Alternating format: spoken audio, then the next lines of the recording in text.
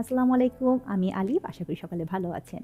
আজ আমরা যে প্রজেক্টে দাঁড়িয়ে আছি এটি ৯৫০ স্কয়ার ফিট।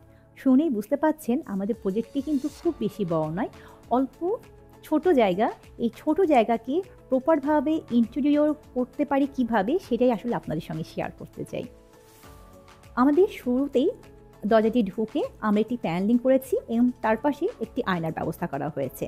কারণ আয়না করলে সবসময় ঘরটাকে একটু হলেও বড় লাগে দেখতে।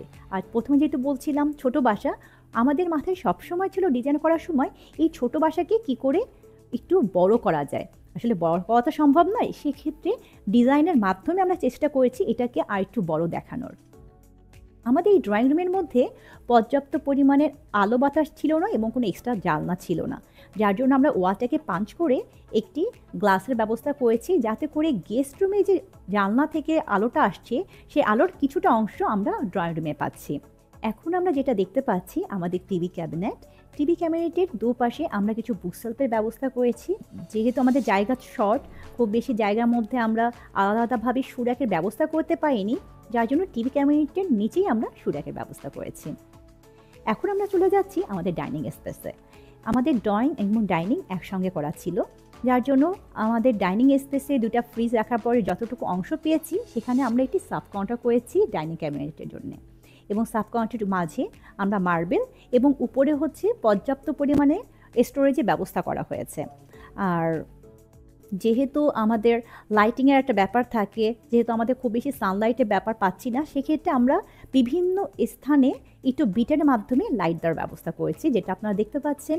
এবং এতে করে হচ্ছে কি ঘরটা দেখতে আরও বেশি সুন্দর লাগছে। ডাইনিংয়ের সঙ্গে বেসিনটা খুব বেশি ইম্পর্টেন্ট, যার জন্য এখানে আমরা একটা বেসিনের ব্যবস্থা করেছি এবং তার পাশাপাশি খুব সুন্দর একটা মিররও রাখা হয়েছে। আসলে আমরা এই প্রজেক্টে চেষ্টা করেছি খুব বেশি কারুকার্য না করে, খুব বেশি ইন্টেরিয়র না করে, যেখানে যতটুকু প্রয়োজন সেখানে ততটুকুই অ্যাপ্লাই করেছি। এবং সবথেকে ইম্পর্টেন্ট পার্ট যেটি, আমরা অল্প জায়গার মধ্যে সব ধরনের ইউটিলাইজ করার চেষ্টা করেছি। আমাদের এই প্রজেক্টের সবথেকে চ্যালেঞ্জিং জায়গাটি ছিল কিচেন। কারণ আমাদের কিচেনটা খুব ছোট একটা স্পেসে তৈরি করা হয়েছিল, যার জন্য ঘরটাকে আমরা বড় করার জন্যে এবং দেখতে সুন্দর রাখার জন্য আমরা এখানে কোনো ওয়াল ইউজ করিনি। চেষ্টা করেছি এখানটা ওপেন কিচেন রাখতে এবং ওপেন কিচেনের সঙ্গে ছোট্ট একটি সাব কাউন্টার রাখতে। আর এই কিচেনের মধ্যে যেখানে যতটুকু প্রয়োজন এবং যেখানে যতটুকু আমরা অ্যাক্সেসরিজ ইউজ করতে পারি সেই অ্যাপ্লায়েন্সগুলো ইউজ করে আমরা কিচেনটাকে তৈরি করার চেষ্টা করেছি। এখন আমরা চলে আসছি আমাদের মাস্টার বেডরুমে।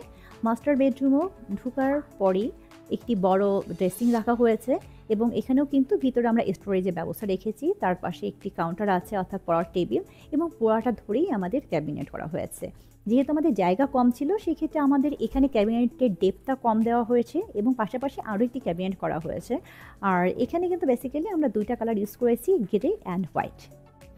এখন চলে আসছি আমাদের চাইল্ড বেডরুম, যেটি সবথেকে সুন্দর একটি জায়গা এবং কালারটা দেখেই বুঝতে পারছেন যে কত সুন্দর লাগছে এবং এটা একটা মেয়ে বাচ্চার রুম।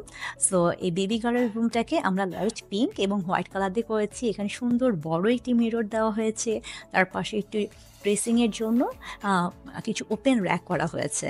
আর যেহেতু বাচ্চার রুম, সেখানে তো অবশ্যই পড়ার ব্যবস্থা থাকতে হবে, ক্যাবিনেটের ব্যবস্থা থাকতে হবে।